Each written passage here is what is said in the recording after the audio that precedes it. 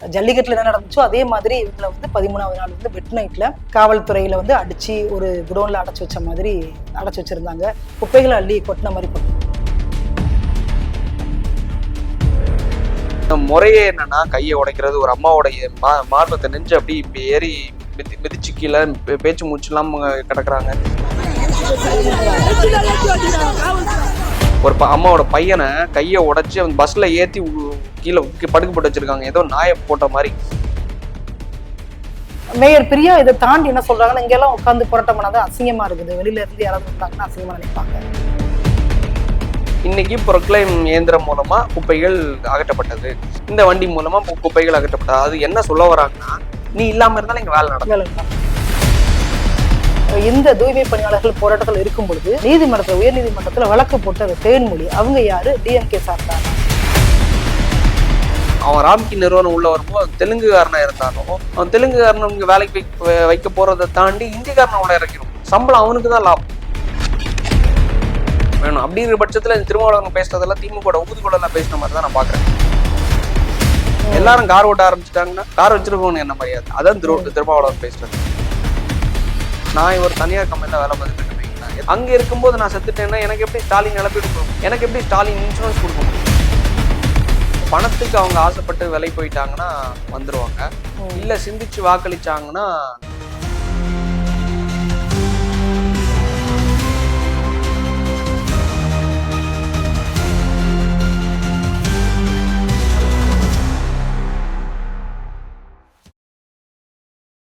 செங்கலம் உறவுகளுக்கு ஈஸ்வரியின் அன்பான வணக்கங்கள். செங்கலத்தில் இன்றைய சிறப்பு விருந்தினர் வழக்கறிஞர் நெல்சன்.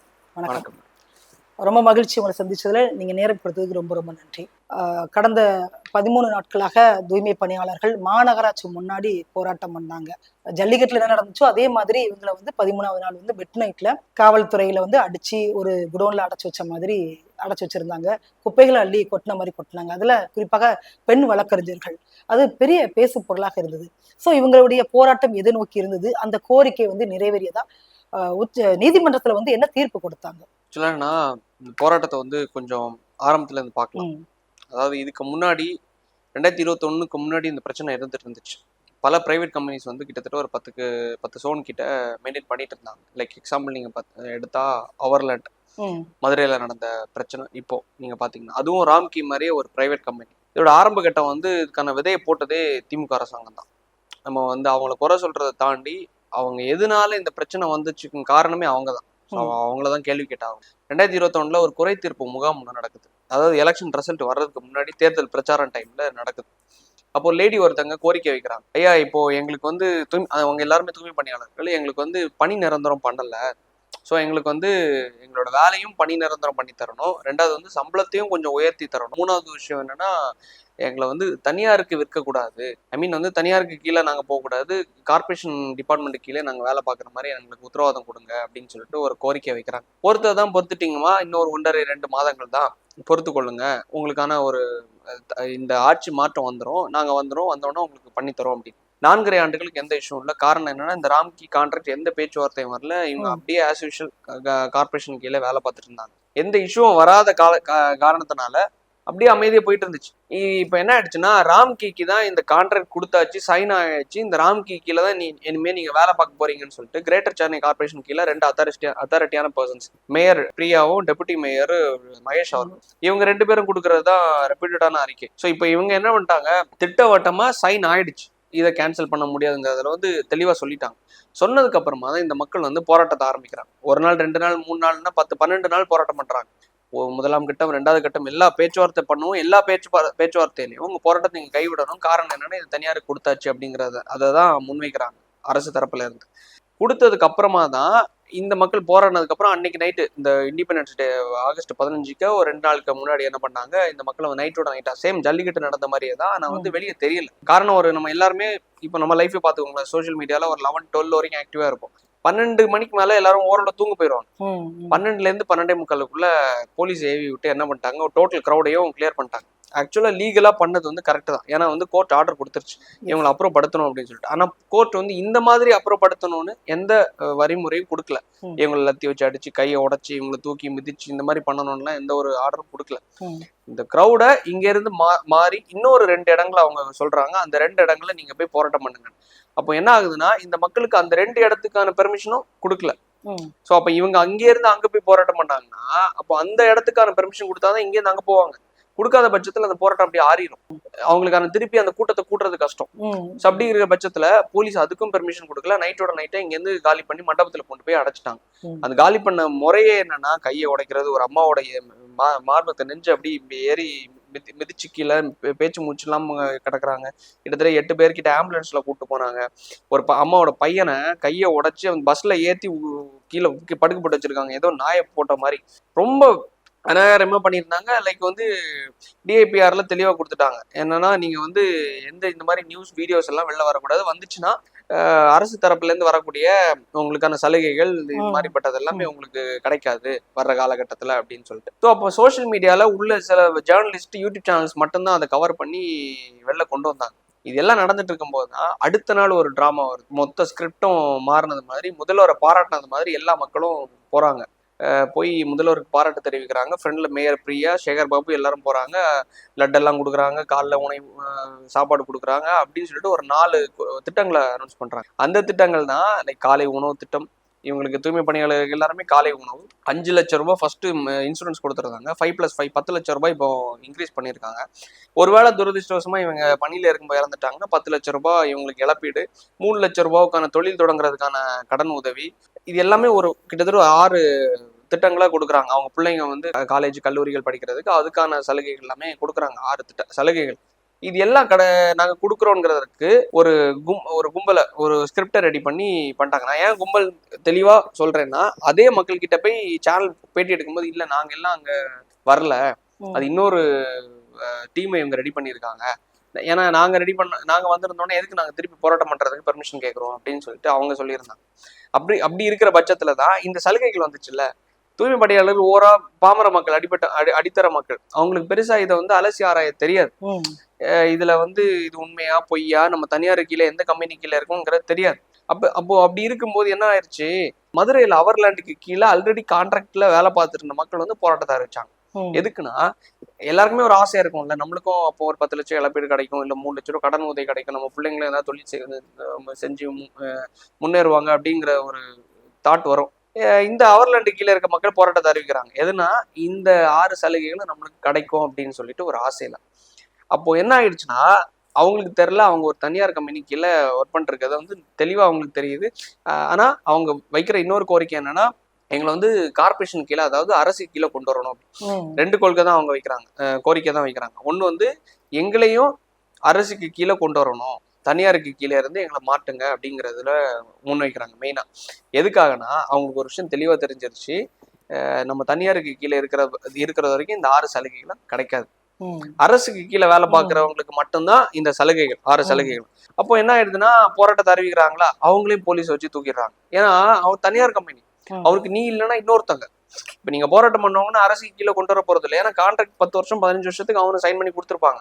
கொடுத்துருக்க பட்சத்துல அதுல இடையில புகுந்து அரசாங்கம் நான் பண்றேன், உங்களுக்கு எல்லாம் தனியாட்ட நான் ஒரு கார்பரேஷன் மாதிரி ஒன்று டிபார்ட்மெண்ட் மாதிரி ஒன்று கிரியேட் பண்ணி பண்றேன், தனியார் ஒரு பக்கம் பண்ண போறது கிடையாது. அவன் தான் பண்ண போறான். அவனுக்கு நீ இல்லைன்னா இன்னொருத்தன். சேம் அதை எப்படி எக்ஸாம்பிளா பாக்கலாம்னா, இந்த சென்னை கார்பரேஷன் இந்த மாதிரி ஹேண்டில்ஸ் எல்லாம் இருக்குல்ல, இந்த ஹேண்டில்ஸ்ல இந்த இன்ஸ்டாகிராம், ட்விட்டர், எக்ஸ் ஹேண்டில் எல்லாம் என்ன பண்ணாங்க, தூய்மை பணியாளர்கள் இங்க 10 நாளா போராட்டம் பண்ணிட்டு இருக்கும்போது அந்த ஹேண்டில்ல சில போஸ்ட் வருது. எப்படின்னா திருவிக்கா நகர், ராயபுரம், இது மாதிரி இந்த தொகுதிகள்ல, இந்த வார்டுல, இந்த பர்டிகுலர் பிளேஸ்ல இன்னைக்கு ப்ரொக்ளைம் இயந்திரம் மூலமா குப்பைகள் அகற்றப்பட்டது, இந்த வண்டி மூலமா குப்பைகள் அகற்றப்பட்டது. அது என்ன சொல்ல வராங்கன்னா, நீ இல்லாம இருந்தாலும் இங்க வேலை நடக்கும், நீ இருக்கணும்னு எந்த அவசியமும் இல்லை. சோ அப்போ என்ன இந்த மக்களுக்கு இன்டைரக்டா உணர்த்துறாங்கன்னா, நீ என்ன வேணாலும் போராட்டம் பண்ணிட்டு, காமராஜர் நாயுடு சொன்ன மாதிரி தான், வேலை வெட்டி இல்லாம போராட்டம் பண்ணிட்டு இருக்காங்க அப்படின்னு சொல்லி, என்ன வேணாலும் போராட்டம் பண்ணிட்டு போ, எனக்கு ஆள் இருக்கு, இது அகற்றுறதுக்கு ஆள் இருக்கு, எல்லாத்துக்கும் ஆள் இருக்கு. அப்படிங்கிற பட்சத்துல வந்து அரசாங்கம் வந்து நேர் ஆப்போசிட்டா இவங்களுக்கு அகேன்ஸ்டா செயலாற்ற ஆரம்பிச்சுட்டாங்க. அதுக்கு அடுத்து இந்த தீர்ப்பு வருது.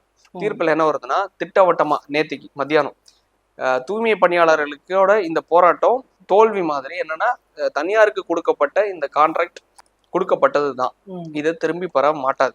அப்படிங்கறதுல திட்டவட்டமா சொல்லிட்டாங்க. ஆனா ஒரு விஷயத்த மட்டும் இந்த மக்களுக்கு சொல்லலை. என்னன்னா, இந்த மக்கள் நிரந்தரமா இல்ல டெம்பரரியாங்கிறத கன்ஃபார்ம் பண்ணல. ஏன்னா அது வந்து தனியாருக்கு கொடுத்தாச்சுன்னா அது நம்மளால தலையிட முடியாது. ஸோ இப்போ என்ன ஆகுதுன்னா, தனியார் கீழே வரும்போது இந்த மக்களை தான் அவன் பணியில உட்கார வைக்க போறான்றதும் கேள்விக்குறி. அவன் யாரை வேணாலும் உட்கார வைக்கலாம். ஏன்னா இவங்க வந்து 20,000 24,000 ரூபாய் சம்பளம் வாங்கிட்டு இருந்தாங்க. லீவே போடாம கரெக்டா போனாங்கன்னா 24,000 சம்பளம் வாங்கிட்டு இருந்தாங்க. இன்னைக்கு அவங்களுக்கு சம்பளம் எவ்வளவு வரும்னா 12 13 14 குறைச்சிருவாங்க. ஏன்னா அவனுக்கு லாபம் முக்கியம். ஒரு வருஷத்துக்கு 200 சில்லற கோடி ரூபாய் இன்வெஸ்ட் பண்றான். ஸோ அப்போ ஒரு 10 ஆண்டுகளுக்கு அவனுக்கு கான்ட்ராக்ட் கொடுத்துட்டாங்க. 2,363 கோடி ரூபாய்க்கு கான்ட்ராக்ட் எடுத்திருக்கான். அவன் லாபத்தை பார்ப்பானா இல்ல சேவை செய்யறதுக்கு பார்ப்பானா? ஒரு தனியார் கம்பெனி. ஸோ அப்படிங்கிற பட்சத்துல மக்கள் தான் நடுத்தருவில் வரும். இவங்களுக்கு தெரியல என்னன்னா, அந்த மக்களுக்கு மதுரையில உள்ளவங்களுக்கு தெளிவா ஒரு விஷயம் தெரிஞ்சிருச்சு. நம்மளுக்கு வந்து தனியார் கீழே இருக்கும்போது இந்த சலுகைகள் கிடைக்காதுன்னு. இவங்க என்ன நினைச்சிட்டு இருக்காங்க, சலுகைகள் கிடைக்கும்னு ஒரு கூட்டத்தை ரெடி பண்ணி பண்ணாங்க. வெளி மாநிலத்துல மக்கள்லாம் எல்லாரும் என்னன்னா அந்த தெளிவுல தான் வெளில வந்து போராடுறாங்க. ஒரு விஷயம் என்னன்னா, நான் ஒரு தனியார் கம்பெனில வேலை பார்த்துட்டு இருக்கேன்னு வைங்களேன். ஏதோ ஒரு ஒரு கம்பெனில வேலை பார்க்குறேன்னா, அங்க இருக்கும்போது நான் செத்துட்டேன்னா எனக்கு எப்படி ஸ்டாலின் இழப்பீடு கொடுக்க முடியும்? எனக்கு எப்படி ஸ்டாலின் இன்சூரன்ஸ் கொடுக்க முடியும்? எனக்கு எப்படி ஸ்டாலின் காலை உணவு போட முடியும்? எனக்கு எப்படி தொழில் தொடங்குறது ஸ்டாலின் கொடுக்கும்? நான் தனிப்பட்ட முறையில ஏதோ ஒரு கம்பெனில இன்சூரன்ஸ் போட்டிருந்தேன்னா எனக்கு இழப்பீடு கிடைக்கும். இல்ல எனக்கு ஒரு அது ஹெல்த் இன்சூரன்ஸோ ஏதாவது கிடைக்கும். அப்படி இருக்கும்போது தனியார் கீழே இருக்கிறவங்களுக்கு இந்த சலுகை கிடைக்காது. இது ஒரு ஏமாற்றக்கூடிய ஒரு சலுகை. இந்த மக்களுக்கு நாங்க கொடுத்துருக்கோம், இந்த 6 சலுகைகள் கொடுத்துருக்கோம். இனி நாளைக்கு இப்போ ராம்கி கூட கீழே கொடுத்தாச்சுங்கிறதுல அந்த வழக்கு முடிஞ்சாச்சு. இனிமே வழக்குன்னு இவங்க சொல்லி உருட்ட முடியாது. வழக்கு முடிஞ்சாச்சு. முடிஞ்சதுக்கு அப்புறம் இந்த 6 சலுகைகள் யாருன்னு கேட்டு பாருங்க. சரி, இந்த 6 சலுகைகள் அனௌன்ஸ் பண்ணீங்கல்ல, இது யாருக்குன்னு கேளுங்க, தெரியாது. அப்போ இந்த மக்களுக்கு தான் தூய்மை பணியாளர்களுக்கு இந்த 6 சலுகைகள் அனௌன்ஸ் பண்ணீங்கல்ல, அப்போ இந்த பிரைவேட் கீழே வேலை பார்க்குற இந்த மக்களுக்கு இந்த சலுகைகள் வருமானு கேட்டா தெரியாது. ஏன்னா சட்டப்படி பார்த்தா அது வராது. பிரைவேட் கீழே வேலை பார்க்கும்போது அவன் தான் எல்லாம் அவங்களுக்கான அனௌன்ஸ் கொடுப்பான். அவங்களுக்கு என்ன யூனிஃபார்ம் போடணும், அவங்களுக்கு என்ன சம்பளம், அவன் தான் டிசைட் பண்றது. எத்தனை மணி வந்து எத்தனை மணி வரை நீ வேலை பார்க்கணும் எல்லாத்தையும் அவன் தான் டிசைன் பண்றது. டிசைடிங் அத்தாரிட்டி அவன் தான். அப்ப எப்படி அரசாங்கம் முடிவெடுக்க முடியும்? இந்த 6 சலுகைகள் யாருக்கு? ஏமாத்துறதுக்கா? எனக்கு என்ன புரியல. மக்கள் அதை புரிஞ்சுக்கணும். அதே மாதிரி இன்னொரு விஷயம் வந்து இந்த பாத்ரூம் விஷயம் நீங்க சொல்லியிருந்தீங்க இல்லையா? ஒரு பாத்ரூம் வந்து கிளீன் பண்றதுக்கு இவ்வளவு அமௌண்ட் வந்து பே பண்றாங்க. மாநகராட்சியோடைய பாத்ரூம்லாம் போய் பார்க்கவே முடியாது.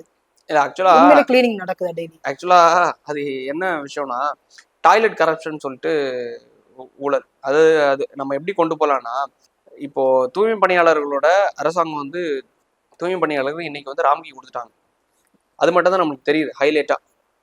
இதுக்கு அடுத்து இதுக்கு முன்னதா இன்னொரு விஷயம் ஒண்ணு நடக்குது. இந்த கிளாம்பாக்கம் பஸ் ஸ்டாண்ட் இருக்குல்ல, இந்த கிளாம்பாக்கம் பஸ் ஸ்டாண்ட் யாரு கீழே இருக்குன்னு நினைக்கிறீங்க?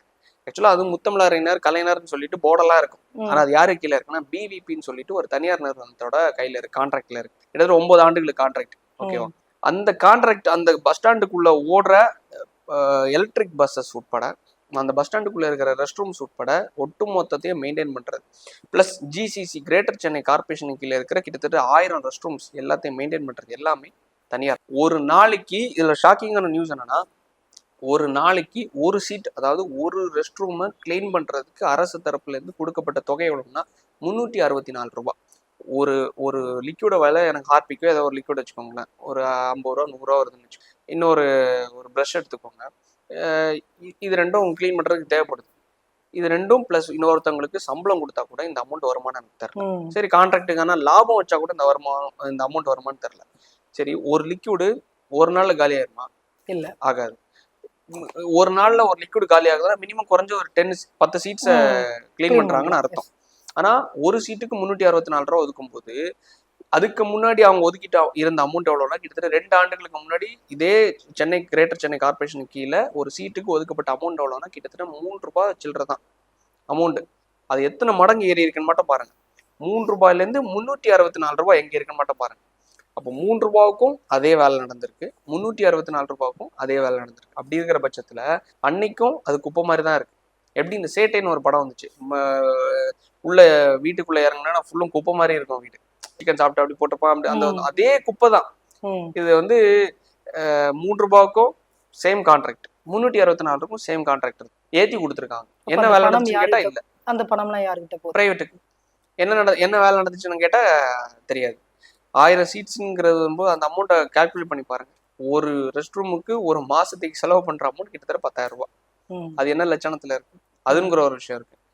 இது வந்து ஒரு பிரைவேட் கீழே இருக்கு. கிளாம்பாக்கம் பஸ் ஸ்டாண்டு ஒரு பிரைவேட் கீழே இருக்கு, பிவிபி கீழே இருக்கு. ஓடுற எலக்ட்ரிக் பஸ்ஸஸ் வந்து OHM மொபிலிட்டின்னு சொல்லிட்டு அசோக் லேலண்ட் குரூப் கீழே வரக்கூடிய ஒரு கம்பெனி கீழே இருக்கு. எல்லாமே தனியார் கிட்ட கொடுக்கும்போது இதே மாதிரிதான் இந்த தூய்மை பணியாளர்களோட பணி கான்ட்ராக்ட் எல்லாமே ராம்கி கீழே இருக்கு. ராம்கி மட்டும் கிடையாது, அதை தாண்டி நிறைய இந்த ஓவர்லேண்டு இது மாதிரி பல கம்பெனி கிட்ட இருக்கு. அரசாங்கத்தோட வேலை என்ன? ஏன்னா இவங்க எதை தெளிவா சொல்றாங்கன்னா, நாங்க தனியாருக்கு விற்கல அப்படிங்கறத மக்களை ஏமாத்துறாங்க. ஆக்சுவலா இவங்க எப்படி ஏமாத்துறதுக்கு ஒரு டெக்னிக் யூஸ் பண்றாங்கன்னா, PPPன்னு சொல்லிட்டு ஒரு முறை இருக்கு. ஏன்னா பப்ளிக் பிரைவேட் பார்ட்னர்ஷிப்னு சொல்லிட்டு ஒன்று இருக்கு. மேல பிஜேபி வந்து விற்கிறாங்கன்னு சொல்றாங்கல்ல, அவங்க விற்கிறது எப்படின்னா டைரக்டா சேல் பண்ணிடுறாங்க. இப்ப எப்படி வந்து ஏர் இந்தியா டாட்டாவுக்கு, துறைமுகம் வந்து அதானிக்கு அப்படிங்கறத கொடுத்துட்டாங்களோ, சோல்ட் அவுட் கொடுத்துட்டாங்களோ, அவன் வந்து டைரக்டா வித்துறா, மக்களுக்கு தெரிஞ்சது எல்லா தனியாருக்கு வித்துட்டு இருக்காங்க அப்படிங்கிறது. இங்க என்ன நடக்குதுன்னா, கான்ட்ராக்ட் லீஸ் அடிப்படையில கொடுக்குறாங்க. இப்ப என்ன ஆகுதுன்னா, தமிழக அரசாங்கம்னு பேர் இருக்கும் மக்களை ஏமாத்துறது, ஆனா அந்த பஸ் உட்பட எல்லாமே அவனோட. அந்த OHM மொபிலிட்டி கீழே வரக்கூடிய எல்லா எலக்ட்ரிக் பஸ்ஸஸ் கிட்டத்தட்ட 350 எலக்ட்ரிக் பஸ்ஸஸ் ஃபர்ஸ்ட் நாள் மே 1 இன்ட்ரோடியூஸ் பண்ணாங்க. அடுத்தது 150, இதுக்கடுத்து மேல கொண்டு வர போறாங்க. மதுரை, கோயம்புத்தூர் எல்லா மாவட்டங்களையும் இப்படி இன்ட்ரோடியூஸ் பண்ணும்போது 12 ஆண்டுகளுக்கு இந்த கான்ட்ராக்ட் கொடுத்துருக்காங்க. OHM மொபிலிட்டிக்கு இந்த கான்ட்ராக்ட் கொடுத்துருக்காங்க. இதுக்கு அடுத்தது இந்த கான்ட்ராக்டுக்கு அப்புறமா இந்த buses would be owned by the company தெளிவா போட்டுட்டான் அவங்க வெப்சைட்ல. அப்ப அந்த பஸ் யாருக்கு? பிரைவேட்டுக்கு. அப்ப அந்த பஸ்ஸும் பிரைவேட்டுக்கு, கம்பெனி ஓன் பண்றது மெயின்டைன் பண்றது எல்லாமே பிரைவேட்டுக்கு. அப்போ நம்மளோட துறை என்ன? நம்ம என்ன வேலை பார்த்துட்டு இருக்கோம்? புரியுதுல உங்களுக்கு? அப்போ பார்ட்னர்ஷிப்ல அவங்க உள்ள வரான். நாளைக்கு என்ன பண்ணுவாங்கன்னா, இன்னும் 10 ஆண்டுகள் எக்ஸ்டெண்ட் பண்ணுவாங்க. பஸ்ஸும் நம்மகிட்ட கிடையாது, பஸ் ஓடுற இது அவங்களுக்கான அந்த லொகேஷன், அந்த பஸ் ஸ்டாண்டும் நம்ம கிட்ட கிடையாது. பஸ் ஸ்டாண்டுக்குள்ள இருக்கிற கடைகள், உள்ள இருக்கிற ரெஸ்ட் ரூம்ஸ் எதுவுமே நம்ம கிட்ட கிடையாது. அவன் தானே போடுறான். வேலைக்கு ஆட்கள், அதாவது பஸ்ல எப்படின்னா வேலைக்கு ஆட்கள், டிரைவர் அப்பாயின்ட் பண்றது அவனோட வேலை, கண்டக்டர் அப்பாயின்ட் பண்றது அவனோட வேலை, அவங்களுக்கு சம்பளம் கொடுக்கறது அவனோட வேலை, அது பிரைவேட்டோட வேலை. அந்த பஸ்ஸை மெயின்டைன் பண்றது, சார்ஜ் பண்றது எல்லாமே அவனோட வேலை. இது வேலை இருக்கும்போது டிக்கெட் நிர்ணயிக்கிறது அவனோட வேலை.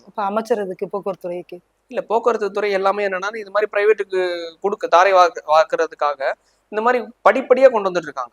அதான் நான் சொல்றேன்ல, இது மாதிரி நம்ம அமைச்சருக்கோ எம்எல்ஏக்கோ இல்ல சிஎம்ஏ தேர்ந்தெடுக்கிறது டைரக்டா நான் அதானியோ ராம்கியோ தேர்ந்தெடுத்து போவேன்ல, நான் எதுக்கு உங்களுக்கு ஓட்டு போடணும் அப்படிங்கிற ஒரு கேள்வி இருக்குல்ல, அதுதான் இன்னைக்கு மக்கள் முன்வைக்கிறாங்க. இந்த கார்பரேஷன் நீங்க சொல்லிட்டீங்க, போக்குவரத்து துறை சொல்லிட்டீங்க, வேற என்னென்ன துறைகள்லாம் இருக்குது?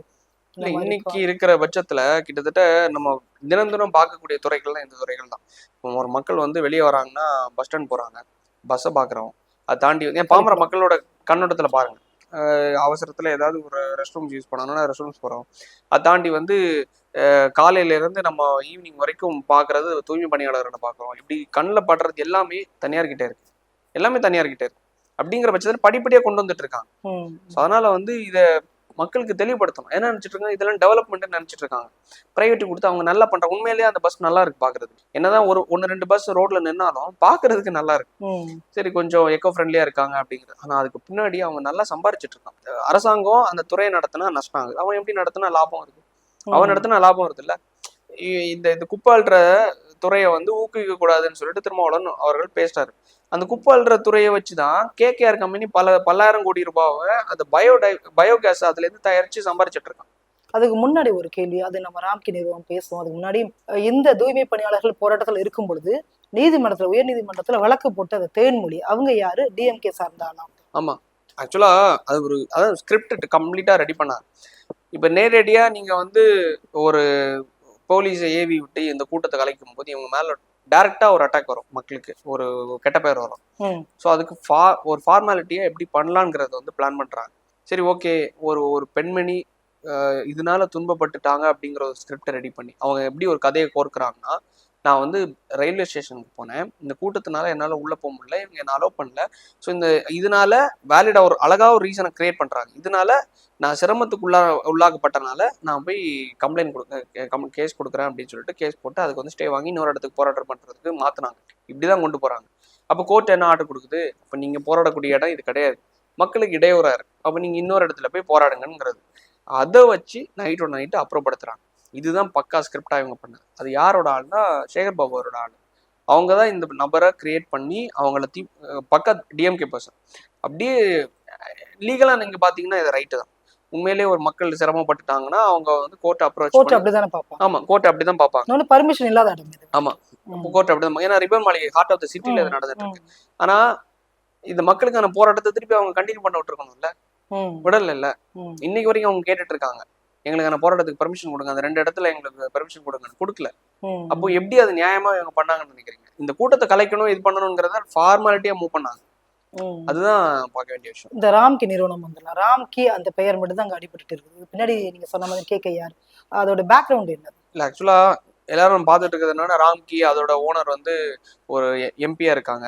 அவங்க வந்து இது இந்தியாலேயே மிகப்பெரிய ஒரு கோடீஸ்வரரான ஒரு அரசியல்வாதி. அவருக்கு ஒரு ஆந்திராவை சார்ந்த நபர், அவங்களுக்கு தான் எல்லாம் கொடுக்குறாங்க அப்படின்னு நினைச்சிட்டு இருக்காங்க. அதுக்கு பின்னாடி இன்னொரு நிறுவனம் இருக்கு.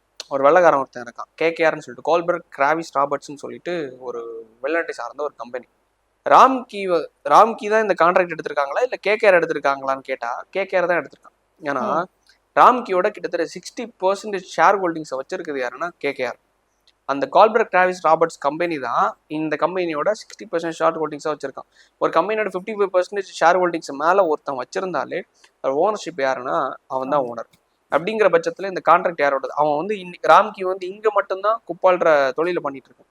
அவன் உலக நாடுகள் மொத்தம் எல்லா நாடுகள்ல பல நாடுகள்ல இருக்கிற இந்த கீழே வரக்கூடிய இந்த குப்பாள்ற தொழில கான்ட்ராக்ட் எடுத்து பயோ கேஸ் தயாரிச்சு விநியோகம் பண்ணிட்டு இருக்கான். அதுல பல 1000 கோடி ரூபாய் சம்பாரிச்சிட்டு இருக்கான். அதுல தப்பே இல்லை, அது அவனோட தொழில். அவன் இங்க வந்து ராம்கிய டேக் ஓவர் பண்ணி இங்கே அது மூலமா இதை எடுக்கிறான்.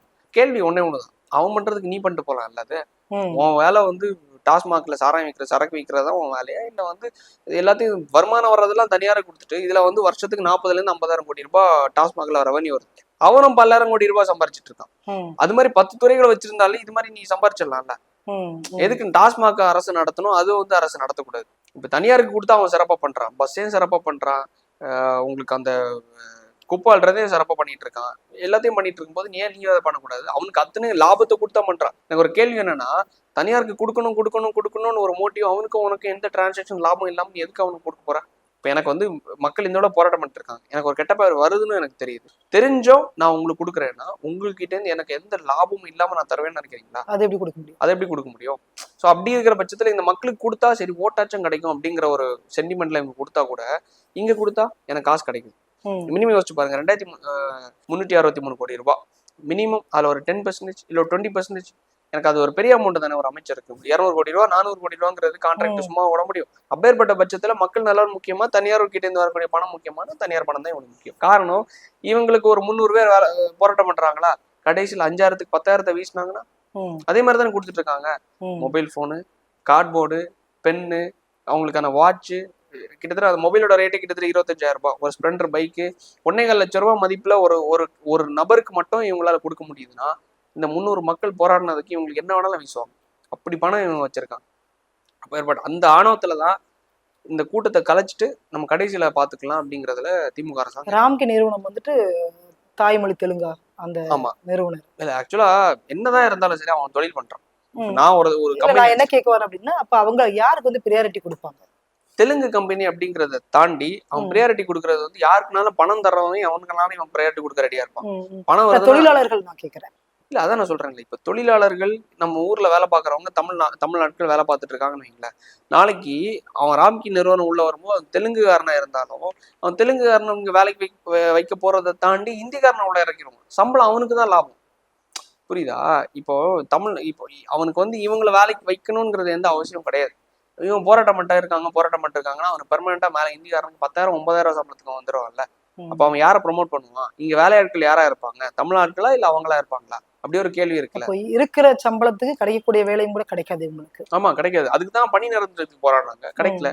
அப்படிங்கிற பட்சத்துல அவங்களுக்கு எப்படி இந்த 6 சலுகையும் கிடைக்காது, சம்பளமும் கிடைக்காது, வேலையும் போயிடும். அப்படி இருக்கிற பட்சத்துலதான் தனியார் கம்பெனிக்கு கொடுத்து இவங்களுக்கான லாபத்தை பாத்துக்கிறாங்க.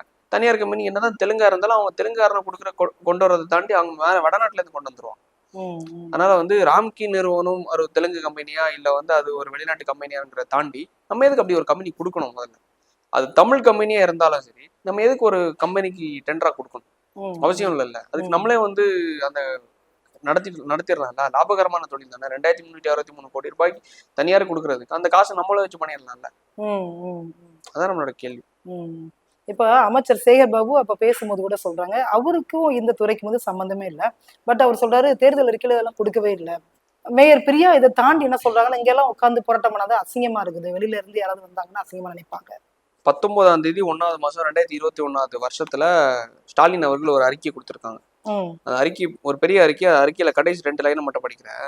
உயர்நீதிமன்ற வழக்கின் முடிவிற்காக காத்திராமல், இப்பதான் முடிஞ்சிருக்கு, முடிவிற்காக காத்திராமல் இவர்கள் அனைவரையும் பணி நிரந்தரம் செய்ய வேண்டும் என்று வலியுறுத்தி கேட்டுக்கொள்கிறேன் அப்படின்னு சொல்லிட்டு ஸ்டாலின் அவர்களோட கையெழுத்து போட்டே ஒரு அறிக்கை ஒண்ணு போட்டிருக்காங்க. அந்த அறிக்கை வேணா நான் உங்களுக்கு அனுப்புறேன். ஆக்சுவலா என்னன்னா, இது 2021 ஆண்டு எலெக்ஷனுக்கு முன்ன, எலெக்ஷன் வந்து முடிஞ்சு மார்ச் ஏப்ரல் முடியுதுன்னு நினைக்கிறேன் 21ல, அந்த கொரோனா டைம்ல. அப்போதான் இந்த அறிக்கையை கொடுக்குறாங்க, ஒரு 3-4 மாதத்துக்கு முன்னாடி. அப்போ அந்த அறிக்கை கொடுத்தது அவர் தான். திட்டவட்டமா இருக்கு. ஆணவத்துல என்னன்னா, இல்ல அறிக்கையெல்லாம் கொடுக்கல, நீங்க என்ன மீடியா, நீலம் மீடியாவா, உங்களுக்கு எல்லாம் நான் பதில் சொல்லணும் அவசியம் இல்லை, நீங்க எல்லாம் எனக்கு கேள்வி கேட்க கூடாது அப்படிங்கிறது வந்து ஆணவத்தோட உச்சம் தானே. அவருக்கு அந்த துறைக்கும் சம்மந்தமே கிடையாது. அவர் வந்து அறநிலையத்துறை.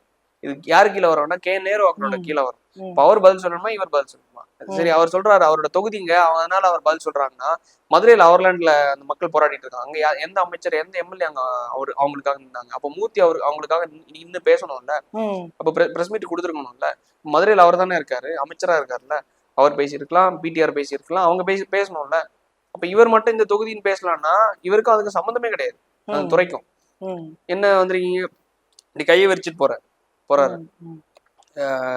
பிரியா அவர்களும் சரி. நான் உண்மையிலேயே என்னன்னா, சரி ஒரு சின்ன பொண்ணு மேயரா வந்திருக்காங்க, ஏதாச்சும் கொஞ்சம் புதுசா பண்ணுவாங்க அப்படின்னு நினைச்சேன், எதிர்பார்த்தேன். அந்த கட்சியில இருந்து எதிர்பார்க்கறது தவறுதான், எதிர்பார்த்தேன். ஆனா என்னன்னா, அவங்களும் அதே மாதிரியே ஒரு துதிப்பாடுற போக்கிலேயே அமைச்சர்களுக்கும் ஒருத்தவங்களுக்கும் ஜால்ரா போட்டுட்டு அவங்க கூட இருந்துட்டு இந்த மாதிரி பண்றது மக்களுக்கு விரோதமா. என்ன ஒருத்தவங்க வந்து இது என்னங்க இது வந்து இந்த ரோட்ல போடுற இந்த ப்ளீச்சிங் பவுடர்லாம் எப்படி இப்போ ஸ்மெல்லே வரல, ஏதோ ஒன்று பவுடரை வீசிட்டு இருக்காங்க, என்ன இது பான்ஸ் பவுடரா அப்படி அந்த கிண்டல் பண்றது, இந்த மாதிரி நக்கல் நையாண்டி பண்றேன்னு பேர்ல அவங்களோட பேரை கெடுத்துக்கிறதெல்லாம் அவங்களுக்கும் வளர்ச்சி கிடையாது, மக்களும் திருப்பி அவங்கள தேர்ந்தெடுக்க மாட்டாங்க. அது தெளிவா இவங்க புரிஞ்சுக்கிட்டு, இந்த நிறுவனம் சரி இந்த கான்ட்ராக்டும் சரி தெளிவா புரிஞ்சுக்கிட்டு அடுத்த கட்டமா 26 வரைக்கும் கொஞ்சம் வெயிட் பண்ணிட்டு தகுந்த நல்ல ஒரு ஆட்சியை தேர்ந்தெடுக்கிறதா நல்லதுன்னு நினைக்கிறேன். அண்ணன் திருமா வந்து சொல்றாங்க பணி நிரந்தரம் பண்ணக்கூடாது அப்படின்றாங்க பிறந்தநாள் விழாவில். அதற்கு முந்தின நாள் பிரஸ் மீட்ல சொல்றாங்க பணி நிரந்தரம் பண்ணணும், அது வந்து டிஎம்கே அரசாங்கம் இதெல்லாம் வந்து செயல்படுத்தணும் அப்படின்றாங்க.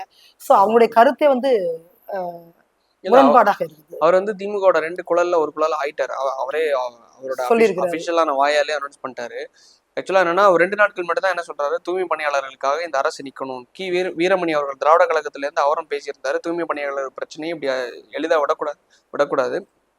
ஸ்டாலின் அவர்கள் வந்து இதுக்கு தகுந்த நடவடிக்கை எடுக்கணும் அப்படின்னு சொல்லிட்டு, அதாவது மக்களுக்கு சார்ந்து எடுக்கணும் அப்படின்னு, இல்லைன்னா எதிர்கட்சிகள் இதை அரசியல் பண்ணிடுவாங்க அப்படின்னு. அதே தான் என்னன்னா, திருமாவளவர்கள் முதல் நாள் ஒன்று பேசினா, கடைசி வரைக்கும் சிபிஎம் எல்லாருமே ஒரே நிலைப்பாட்டில் தான் இருந்தாங்க. திருமாவளவன் அவர்களோட ஸ்டேட்மெண்ட்டுக்கும் கண்டனம் கொடுத்திருந்தாங்க. இப்போ திருமாவளவன் அவர்கள் முதல் நாள் இப்படி பேசுறாரு. 2வது நாள் என்னன்னா, அது ஊக்குவிக்க கூடாது, ஊக்குவிச்சா அது நிரந்தரம் ஆக்கிடும், அந்த தொழிலையே நிரந்தரம் ஆக்கிடும். அவன் பிரைவேட் கம்பெனி பல ஆயிரம் கோடி ரூபாய் முதலீடு பண்ணி அதுல இருந்து பயோகேஸ் தயாரிச்சு எங்கெங்கயோ பெரிய லெவல்ல மல்டி லெவல்ல பிசினஸ் பண்ணிட்டு இருக்கான், அதை ஊக்குவிச்சிருமா.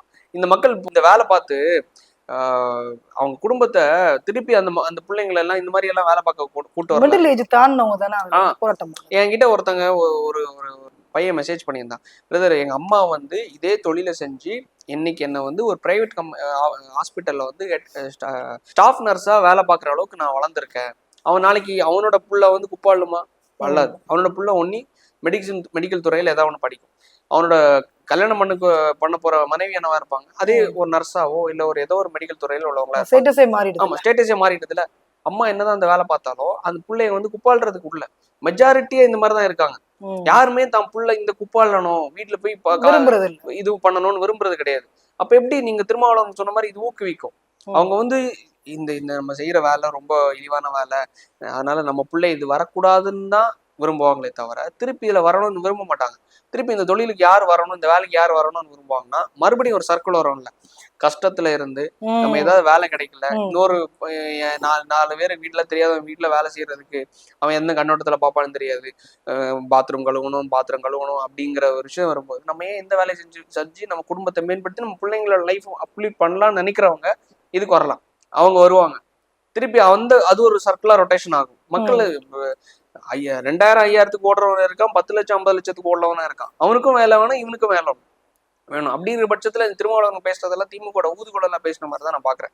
அப்படியே சிபிஎம் எப்படி சிபிஎம்மோட பாதி திமுக தான் அப்படின்னு ஸ்டாலின் சொன்னாரோ அதே மாதிரி விசிகாவோட பாதி எல்லாம் கிடையாது, முழுமையே திமுக தான். அப்படியே மாறிட்டாரு. 2 சீட் 4 கிடைச்சிடாதா, ஒரு 10 கிடைச்சிடாதா, ஏதோ ஒண்ணு கையேந்தி நின்றுட்டு இருக்காரு. எலெக்ஷன்ல ஏதாவது பார்த்து பண்ணுவாங்க. நம்ம கையை வச்சே நம்ம இந்த நம்ம விரல வச்சு நம்ம கண்ணை குத்துறதுன்னு சொல்லுவாங்கல்ல, ஒடுக்கப்பட்ட இல்ல மக்களை வச்சு அவர் ஒடுக்கப்பட்ட சுயநலத்துக்காக தான் மக்களை. பேசுறாரு. அவரோட தனிப்பட்ட சுயம், அந்த கட்சியோட வளர்ச்சி இதெல்லாம் கிடையாது. ம், திருமாவளவன் அவர்களுடைய தனிப்பட்ட சுயநலம்.